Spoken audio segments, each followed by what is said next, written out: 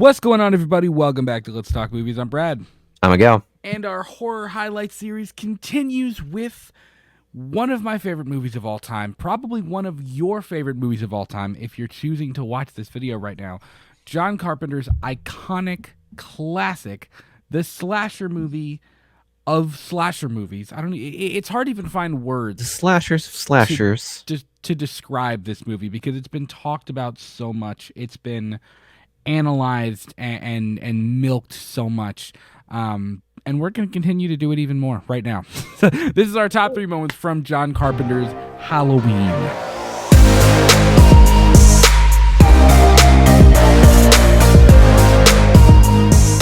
So, as we did with our Elm Street series, we are going to talk our top 3 favorite moments from the film. This is not necessarily a ranking of our top 3 moments. We're just talking in general, not in any specific order or anything like that. But, you know, this is one of those movies for me. You know, we talked about this in our previous episode with Freddy versus Jason. Halloween is one of those films for me. Like, it's hard to choose 3 moments because there are so many things about it that I absolutely love. It's in my top probably 3 favorite movies of all time. It's so good in so many different ways. The idea, the concept, the plot. It's spectacular what John Carpenter was able to accomplish with this movie and what it did for the genre, what it did for filmmaking. It was once the highest grossing independent movie of all time.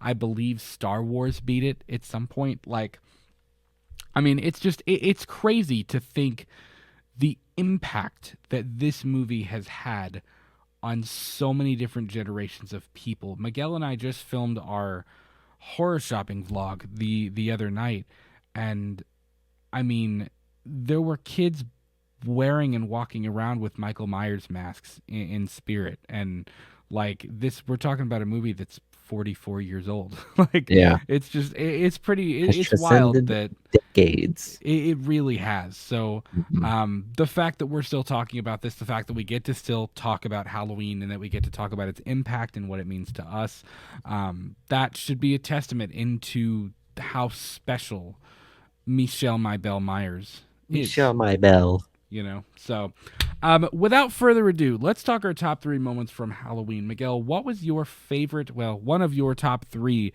favorite moments from John Carpenter's Halloween? Take it away. Totally.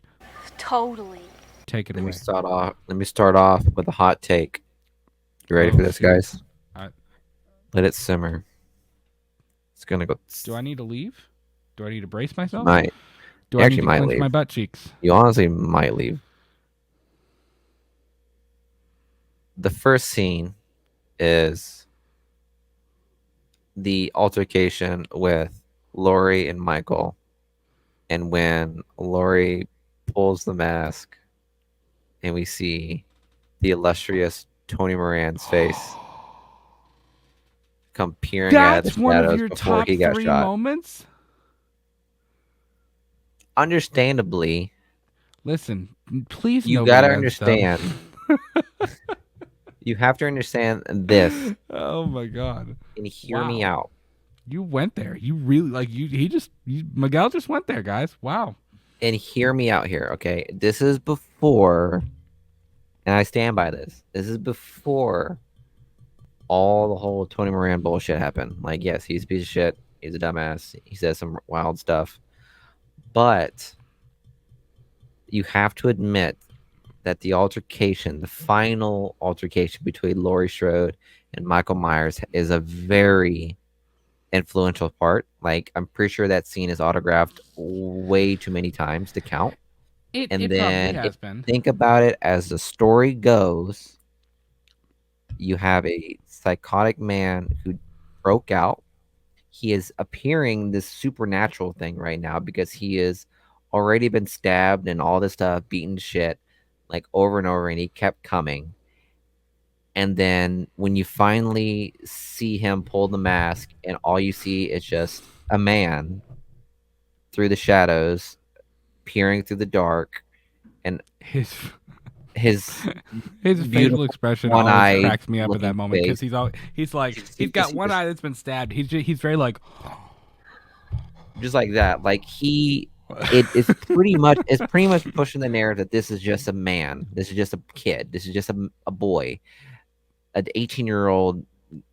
Wait, how old is he in this? 21. He'd have He's been probably like 21 in 21. that moment. Okay, so this 20-year-old dude who just went on this killing spree, and it just shows that this person is a human and not just some supernatural being that we've all like kind of like built over the next decade or so.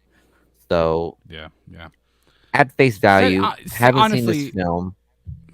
It's one of those scenes where it really set the tone for like, oh my god, this is just a man who did all I get this, that. and I then get he it. gets shot multiple times Shot him 6 times. and off into the bridge, off the roof, and then somehow survives. And Like if you listen, it's funny if you actually listen in H2 when the recap happens. I think it's like 8. It's like 7 or it's eight. not even 6. It's like 7 or 8. Yeah. Oh, buddy, like fucking On reload too. Yeah, setting the Tony Moran aspect of it aside, I get it, but it's still not like it's still a. I don't know. For me, it's not. It again, not because of Tony. That's a separate issue entirely. Um, I get what you're saying. I get it. It didn't make my list, but I see what you're saying. yeah, I see where your brain was heading in that yeah, moment. yeah. I So think you're don't come after psycho. me in the comments, okay? Yeah. I may fuck up Nobody go after names. And Michelle. Miguel. I may have hard opinions, but fuck off. Yes. So the mine is not nearly as controversial as a take at all. One of my favorite moments in this film comes from Doctor Loomis, and it is the speech in the Myers house, the purely and simply evil speech. It's arguably the most substantial piece of exposition from a character in the entire plot. We when we're introduced to the Loomis character, we see Michael commit the act of killing Judith in the opening of the film.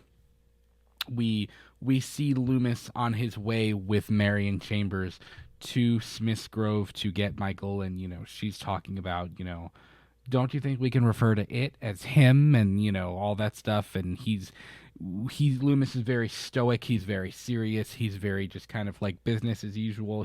You can tell he doesn't like that they're removing him from Smith's Grove. He's like, because this is the law. Like, this is why we're doing this. And then we see them escape, and we see this very on edge Loomis kind of building and building and building until Loomis and Brackett are in the they're in the Myers house, and the glass breaks, the light or whatever, the piece of the gutter falls and breaks the glass, and Loomis pulls out the gun, and that's when Brackett, kind of visibly is like, This is a crazy he man. even notices how scared he is, and I always thought it was funny. Loomis is like, I have a permit. He's like, I'm legal. I have a permit. But that's when we get the famous, I met him 15 years ago. I was told there's nothing left, no reason, no conscience, no understanding, even the most rudimentary sense of good or evil, life or death, all of those things. And when he says, I met this 6-year-old child with this blank, pale, emotionless face. Wow, I have the whole damn thing memorized. You do. The blackest eyes, the devil's eyes. I spent 8 years trying to reach him, and then another 7 trying to keep him locked up, because I realized that what was living behind that boy's eyes was purely and simply evil. I am really proud of myself that I got like 98% of that. I'm sure I would have done the same Wow, thing. I'm We've shocked. we've watched it a dozen times, so Yeah, I should have it memorized as many times as I've watched this movie. yeah. Like, it's so clever. It's ambiguous in terms of the evil. It doesn't define the evil. It doesn't give us a reason why he's evil. Loomis doesn't even understand why Michael Myers is evil. He is, He just is, whether yeah. he understands it or not. It's very matter of fact. He is evil. And Loomis feels like, in this context, in this case, he's the only one who could do something about it.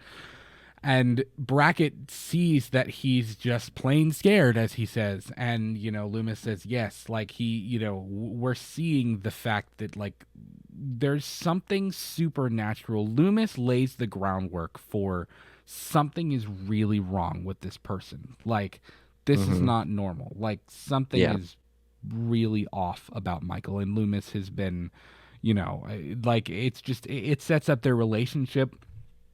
That whole conversation or that whole monologue just sets up so much for this film and for this plot. It sets up the supernatural aspect. It kind of furthers the idea of what Michael is and the evil thing.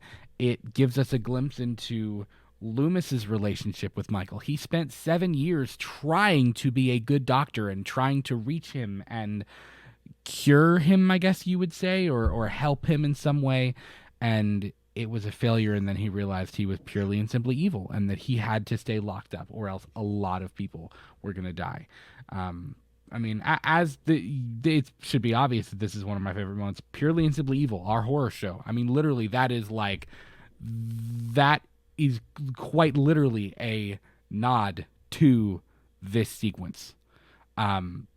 So, it's one of my favorite moments in all of horror, and it has nothing to even really do with horror. It's more of an exposition piece of the film than it actually is. It's not some cool kill or some awesome, like, horrific moment. It's a very human moment. It's one of the few times Loomis is showing, like, very human emotions in. Because a lot of times when we see him, he's either angry or he's just kind of cold and he doesn't really show emotion. He's very, like, down to business. Let's get down to business. That's kind of how Loomis is the entire time. LOL. That was like for like one movie too. So, yeah. And then after that, we get drunk Loomis, and he's just like, and he's just like blasting guns everywhere. And, very much retired. Very much. It was funny. I was watching part 4 the other day, and I love the moment when the dude is like, he's like, with Myers gone, I hope he'll transfer, retire, or die. Talking about Loomis, Yeah, So Loomis's Purely and Simply Evil speech. That's one of my favorite moments of the entire film. Well, I mean, it's obviously hard to catch up with to top that. I mean, honestly, but I guess we might as well just go to we might as well just go into, like, some other scenes where that actually involve Michael Myers, I guess. And fair play. I'm gonna go with the bush scene, the stalking scenes. The bush scene. Yeah, every moment in the beginning when you have the 3 ladies, being stalked by Michael Myers. Hey jerk, and you get the most famous scene that has probably been recreated by dozens of people at the same exact spot of Michael Myers peering through the bushes, which it's still to this there. day, if that was real for anybody, I'm sure that would have been frightening for some people, or at least uneasy. So definitely one of my favorite moments because it's so quick. It's so, like, just right there, and then it's gone in a second. Yeah. So it was just one of those moments that really, like, made Michael Myers just spooky, as if he wasn't spooky already, but it made him just more spooky, knowing the fact that, how can I say this? Like horror films are, like, done, like, at night. So it was just really odd to have Michael Myers peering around, like, at fucking 2:00 in the afternoon. Like, it's weird. So for that to be a main focus of just showing Michael Myers just standing, watching his possible victims in different locations was a very pretty hardcore moment for me in the film. Yeah, because it was almost like the shark circling around its prey kind of thing. Yeah, well, I thought that was really cool.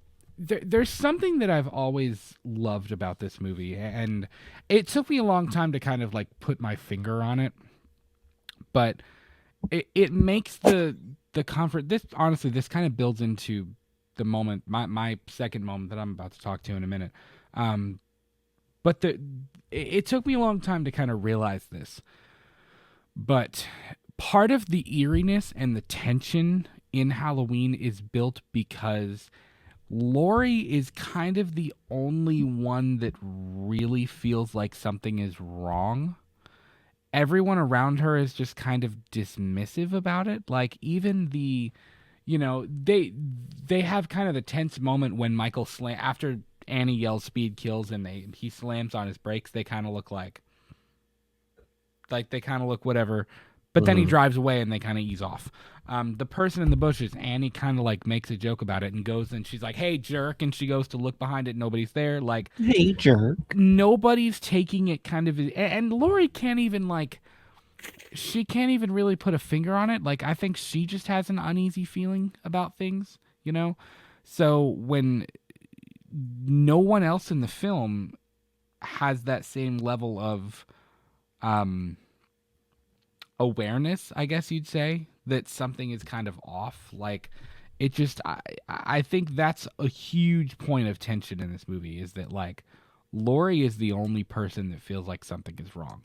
And my second moment actually is the dimmer switch scene when Laurie finds the bodies of Annie and of Linda and Bob in the house, and she's crying. She walks out into the hallway, and when we see Michael just emerge out of the blackness and start walking towards her as she walks towards the steps, and then he reaches and he swings the knife and he kind of like gets her arm, and she falls down the steps and looks up and he's standing there at the top of the stairs. Like, that moment is I think it's one of the best shots in the film. The way they did the dimmer switch thing, the way it looks, the way it feels, essentially because of the fact that Laurie's been so aware of it. Annie's dismissive, Linda's dismissive. Nobody really cares about what she's saying, even though she sees him watching her through the clothes outside of her bedroom, Annie, it's probably Mr. Elrod or Mr. whoever she says, but it just like, the fact that Laurie is so aware of something being off and no one else is, that's tense. And then that tension finally breaks. I mean, it builds and builds and builds and builds and builds and builds and builds until she finds them dead, and then it breaks as soon as he swings the knife. And it's like, oh, at that point, like, it's on. She's got to go, And then, of course, the keys. That's what we get. So yeah, the whole dimmer switch, him emerging out of the darkness, it's one of my favorite shots of the entire movie. It's great. Like, which has also been one of the most recreated scenes as well in like all of the franchises. Yep. Like that peering through the shadows kind of thing.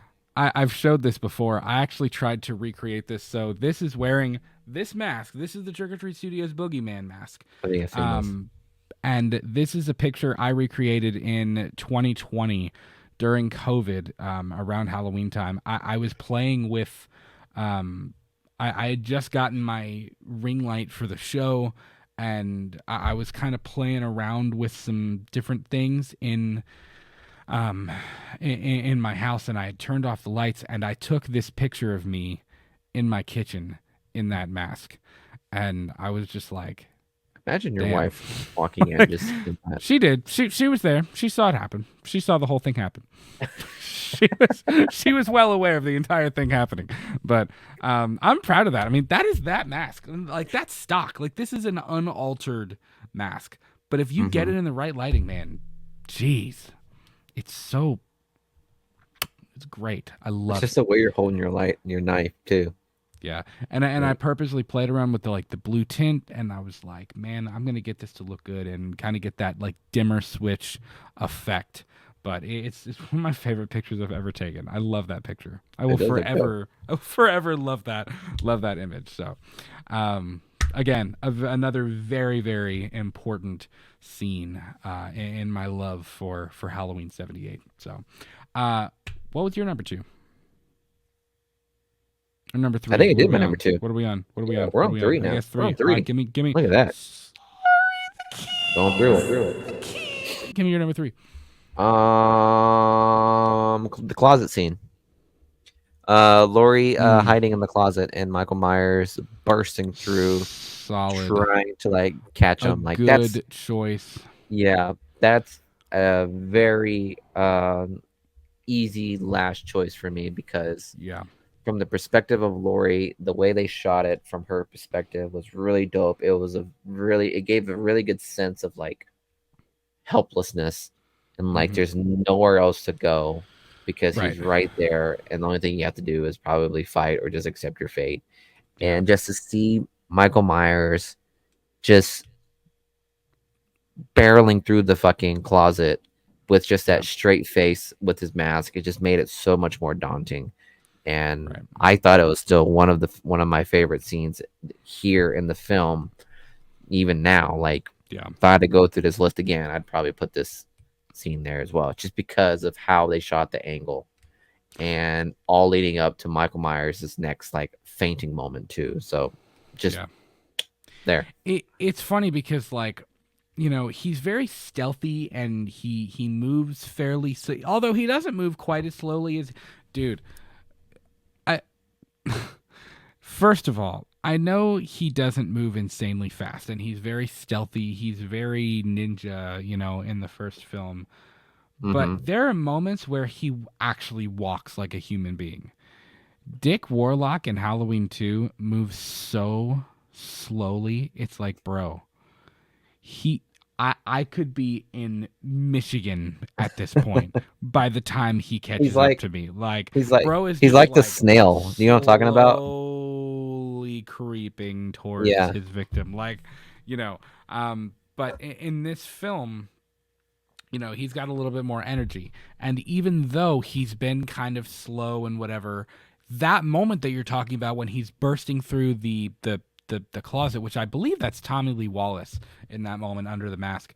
But when he's bursting, it's kind of an unhinged moment, right? Like it's one of the most unhinged moments we see of Myers in the entire movie. Like he's just he's just busting through trying to get to her. You know what I mean? Yeah. Like he's definitely at this point pissed off with Laurie because he just got stabbed Oh in the yeah. neck and she got away like multiple times and old Mm-hmm. buddy's like, bro, you need to die like now. Like Yeah. that's like why are you not dead? And little did he know he was about to lose an eye and get stabbed in the abdomen. Yeah, pretty much. Like, And then pass out yeah. again. That's what made me laugh the most. The fact that like he got stabbed and he went Well, this one at least he actually falls down like a person. When she stabs him in the neck with the knitting needle, it's so like it makes me laugh every time I see that because he gets stabbed and he grabs it and pulls it out and just goes. yeah. He just goes and drops. Like it's so funny. He just immediately drops without any kind of like just slow, you know, methodical. It's whatever. It's hysterical. So my favorite moment of this entire movie. I've really thought about this, and there were other moments that I could have included. Like, for example, I love the moment when, do as I say, when Laurie is telling Tommy and Lindsay to go down the street to the Wallace house or whatever, or to the whoever's house, and you know, she's like babies, and Tommy says, you know, how do you know, where is he or whatever, and she says, I killed him, and when Tommy says, you can't kill the boogeyman, and he looks behind her, and he's standing at the top of the stairs. That is such a good moment. I love that. There are many moments in this film that I would love, or that I would love to include in this list. But my number 3 is arguably my favorite moment Was that number in this. No, that was not my number 3. That was an example of one that I could have put as my number 3, but it's not. This is the quintessential moment of Halloween for me. I think when you think about the things Loomis has said, when you think about Laurie's journey in this film, when you think about Tommy's whole boogeyman scenario thing, saying you can't kill the boogeyman, like there's just I can't think of a more impactful moment than this. Is when Loomis has just shot Michael. Laurie has just said it was the boogeyman, and Loomis says, as a matter of fact, I do believe it was. And I've got a video about this on the channel. I believe that in the back of Loomis's mind, he knew that when he walked over to that balcony, he was going to see empty grass.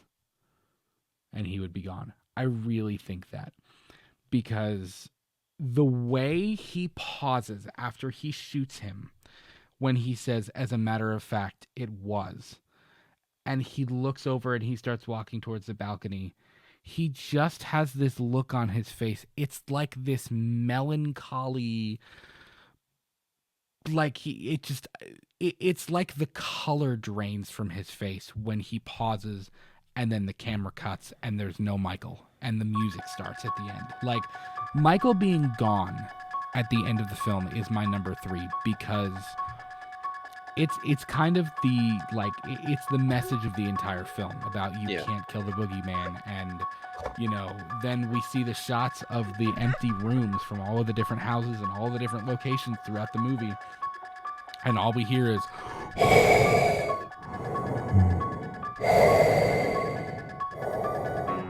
we just hear the breathing as we sit and look at all of these empty rooms, which is kind of a weird liminal space thing anyways. Like, that's kind of eerie in and of itself, like seeing all the still empty rooms in people's houses.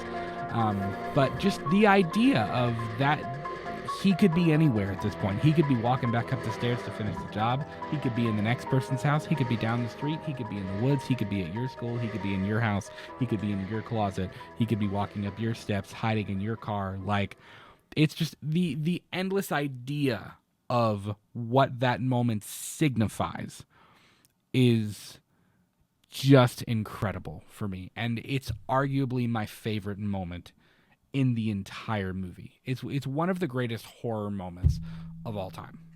Yeah, and I agree with you. It really set the tone for the idea of the boogeyman, and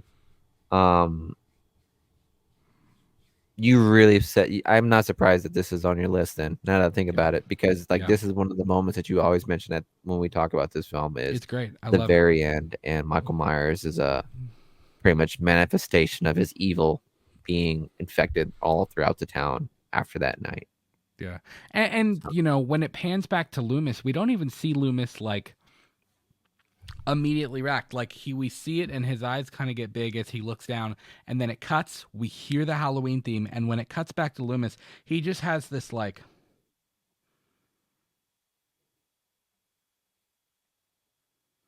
it's almost this, like I said, this melancholy, like, he knew it was going to happen, but he's still kind of in shock that it actually happened, like that kind of thing. It just, I don't know. I've always felt that Loomis kind of had an idea that he wouldn't be there, or that he, you kind of knew, like, the chase would continue on. Yeah, it just, again, it plays into the weird, purely and simply evil, supernatural side of things. Yeah. But it's he was already, like, buying into. Yeah, it's an absolutely incredible moment, and I'm so thankful that that's how this film ends. I'm thankful for this film in general. Like, I'm so glad that this movie exists, and I'm so glad that it's created the community that it has, and that it has spawned the franchise that it did, the good and the bad, even Resurrection. I have to throw it in there. Even Resurrection. That, man, I still hold my ground on the fact that Resurrection takes the cake over any other sequel. Like, some people are like, oh, Halloween Ends is the worst. Oh, Rob Zombie's H2 is... No, it's not. Resurrection's the worst. Let's be real. He fought Busta Rhymes, and Busta Rhymes won. Like, I can't. I can't do it. But yeah, I'm thankful for this movie and what it's done for horror, what it's done for the horror community, and building the relationships that people have built with each other because of that guy. So, pretty incredible. But guys, let us know your top 3 moments from John Carpenter's 1978 classic Halloween in the comments below. This is the kickoff of the horror highlights series on the Halloween franchise. We are going to hit every single film in this franchise over the rest of the month of October, leading up to Halloween, and all the way to Halloween Ends. So we're really stoked about this, and we're pretty excited to start getting there. Hell yeah. Hell yeah, brother. So, guys, let us know your top 3 in the comments below. You can follow us on Twitter, Instagram, TikTok, and Threads at LTM Podcast KY. Be sure check out the Facebook group at the bottom of your screen. Join that. One of our admin will let you in. Be sure to subscribe to the channel if you haven't already. Make sure you leave this one a like, and we will talk to you soon. Have an awesome rest of your week, and stay tuned for more of The Night He Came Home in our Halloween 2 episode. Peace out. See you. Bye. Bye.